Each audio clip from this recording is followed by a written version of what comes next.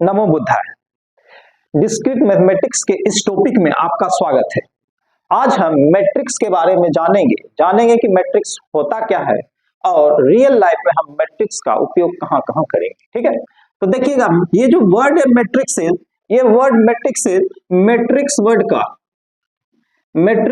का plural form है। ये जो वर्ड है मैट्रिक्स है, मैट्रिक्स वर्ड का प्लुरल फॉर्म है। कोई दिक्कत है? तो यहाँ जो वर्ड है मैट्रिक्स, ये क्या है? सिंगुलर वर्ड है। और ये क्या है? प्लुरल वर्ड है। कौन सा वर्ड है? प्लुरल वर्ड है। कोई दिक्कत? सिंगुलर को हम हिंदी में बोलते हैं एक वचन और प्लुरल को हम हिंदी में बोलते हैं बहुवचन। कहने का मतलब, अगर आपको एक मैट्रिक्स दिया हुआ हो, एक आव्यूह दिया हुआ हो, तो हम उसको मैट्रिक्स कहेंगे, और एक से अधिक हो, मोर देन वन हो, तो हम उसको मैट्रिक्सेस कहेंगे।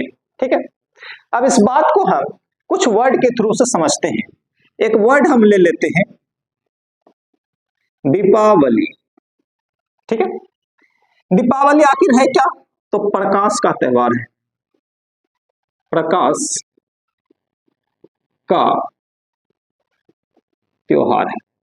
ठीक है, अब समझेंगे दीपावली वर्ड को, देखेंगे दीपावली वर्ड को।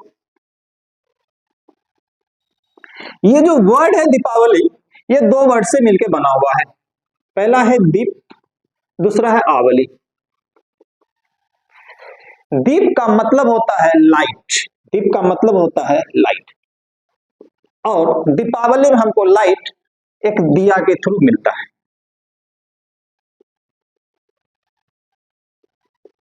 ठीक है, तो लाइट जो हमको मिलेगा किससे मिलेगा? दिया से मिलेगा। और आवली का मतलब होता है, आवली का मतलब होता है एरो और ए कॉलम। आवली का मतलब होता है रो, ए कॉलम। रो को हिंदी में हम बोलते हैं पंक्ति, रो को हिंदी में हम बोलते हैं पंक्ति, और कॉलम को हिंदी में बोलते हैं हम स्तंभ। कॉलम को हम हिंदी में बोलते हैं स्तंभ। ठीक है, तो कहने का मतलब हुआ कि जब हम दिया को किसी पंक्ति या किसी स्तंभ में सजाएंगे, तो यही क्या है? हमारा दीपावली है।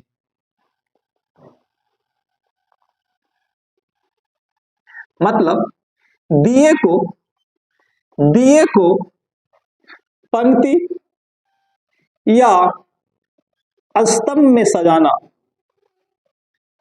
स्तंभ में व्यवस्थित करना, दीपावली कहलाता है।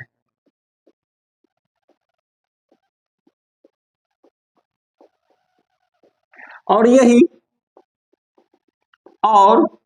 यही आव्यूह है। आव्यूह बोले तो मैट्रिक्स है। ठीक है, देखेंगे, ये दिया रहा, इस दिया को हम रो में सजा रहे हैं, मतलब पंक्ति में सजा रहे हैं। ये दिया रहा, इस दिया को हम पंक्ति में सजा रहे हैं।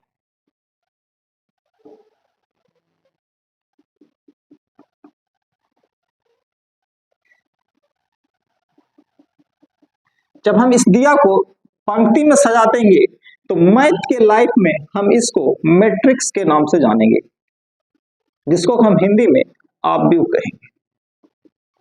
ठीक है,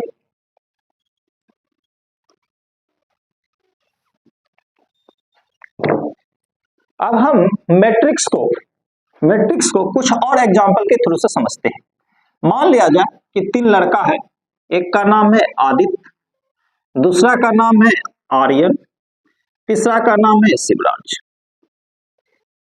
ये जो तीनों है, तीनों क्लास 12 का एग्जाम देता है, और इस एग्जाम में इसको आता है 95 नंबर, इसको आता है 96 नंबर, इसको आता है 97 नंबर। तीनों खुश हो जाता है और जाता है मिठाई के दुकान में मिठाई खाने के लिए। आदित्य गया मिठाई की दुकान में, जा करके 2 लड्डू खाया। ठीक है, और आर्यन मिठाई की दुकान में जाकर के 1 लड्डू खाता है। और शिवराज मिठाई की दुकान में जाकर 3 लड्डू खाता है, ठीक है, खुद खा लिया जाकर के। उसके बाद अब ये अपने मित्र से मिल करके आपस में मिठाई को शेयर करता है, ठीक है। जब ये शेयर करता है तो यहां देखिए आदित्य मिठाई लेकर आता है और आर्यन को 3 लड्डू खिलाता है। यहां ध्यान देंगे ये जो तीर का निशान है, ये तीर का निशान बता रहा है कि आदित्य आर्यन को 3 लड्डू खिला रहा है।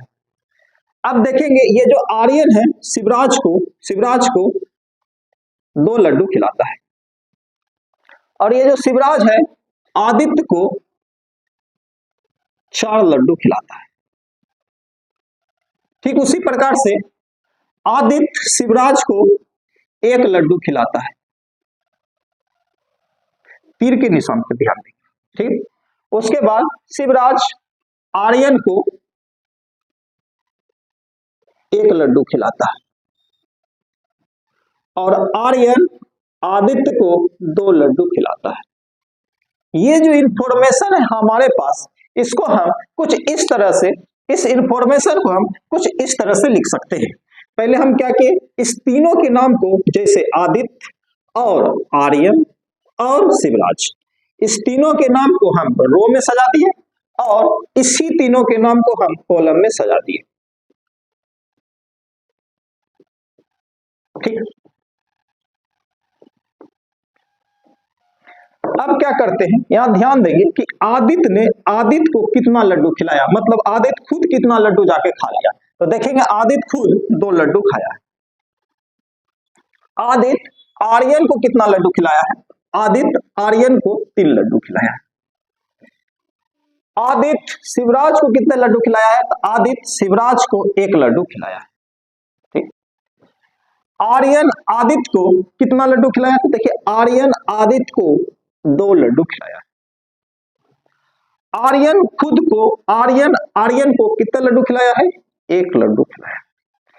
आर्यन शिवराज को कितना लड्डू खिलाया है, तो आर्यन शिवराज को 2 लड्डू खिलाया है। शिवराज आदित्य को कितना लड्डू खिलाया, तो शिवराज आदित्य को 4 लड्डू खिलाया। शिवराज आर्यन को कितना लड्डू खिलाया, तो शिवराज आर्यन को 1 लड्डू खिलाया।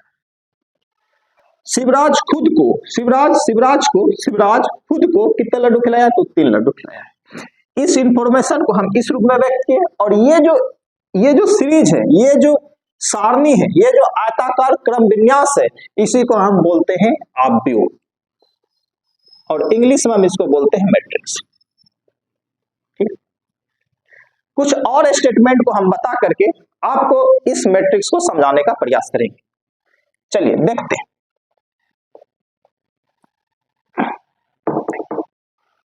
एक लड़की है जिसका नाम है नेहा। नेहा के पास 5 किताबें, 4 कलमें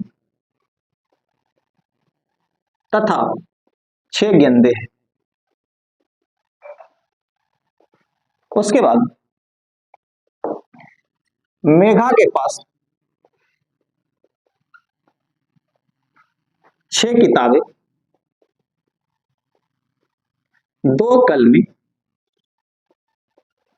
तथा 7 गेंदे हैं।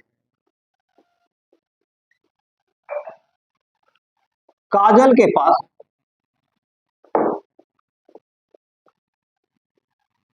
9 किताबें, 4 कलमें और 1 गेंद है। ये जो स्टेटमेंट लिखा हुआ है, इस स्टेटमेंट को हम कुछ इस प्रकार से हम व्यक्त कर सकते हैं। तो हम सबसे पहले क्या करेंगे, तीनों के नाम को कॉलम में लिख देते हैं। यहां मैंने लिखा नेहा का नाम, यहां मैंने लिखा मेघा का नाम, यहां मैंने लिखा काजल का नाम। और इस दोनों के पास जो आर्टिकल्स हैं, जो वस्तुएं हैं, वो क्या क्या है, किताबें हैं, कलमें हैं और गेंदे हैं। आप ध्यान देंगे कि जब हम इस स्टेटमेंट को लिख रहे थे तो नेहा के पास कितना किताबें था, तो नेहा के पास 5 किताब। नेहा के पास कितना कलम था? तो नेहा के पास 4 कलम था। नेहा के पास कितना गेंद है? तो नेहा के पास 6 गेंद है। ठीक है, अब यहां ध्यान देंगे मेघा के बारे में कि मेघा के पास कितना किताब है? मेघा के पास 6 किताब है। मेघा के पास कितना कलम है? तो 2 कलम है। मेघा के पास कितने गेंदे हैं? तो 7 गेंदे हैं। काजल के पास कितने किताबें हैं? तो 9 किताबें हैं। काजल के पास कितना कलम है? तो 4 कलम है। काजल के पास कितने गेंदे हैं? तो 1 गेंदे हैं।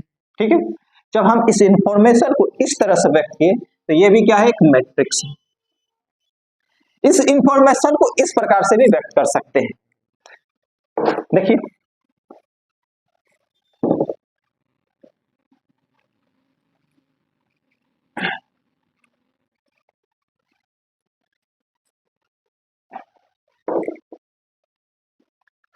इस इंफॉर्मेशन को हम इस तरह से भी लिख सकते हैं कि जब हम ये आर्टिकल्स को हम कॉलम में लिखें, मतलब किताबें को यहां लिखें, कलमे को यहां लिखें और गेंदे को यहां लिखते हैं।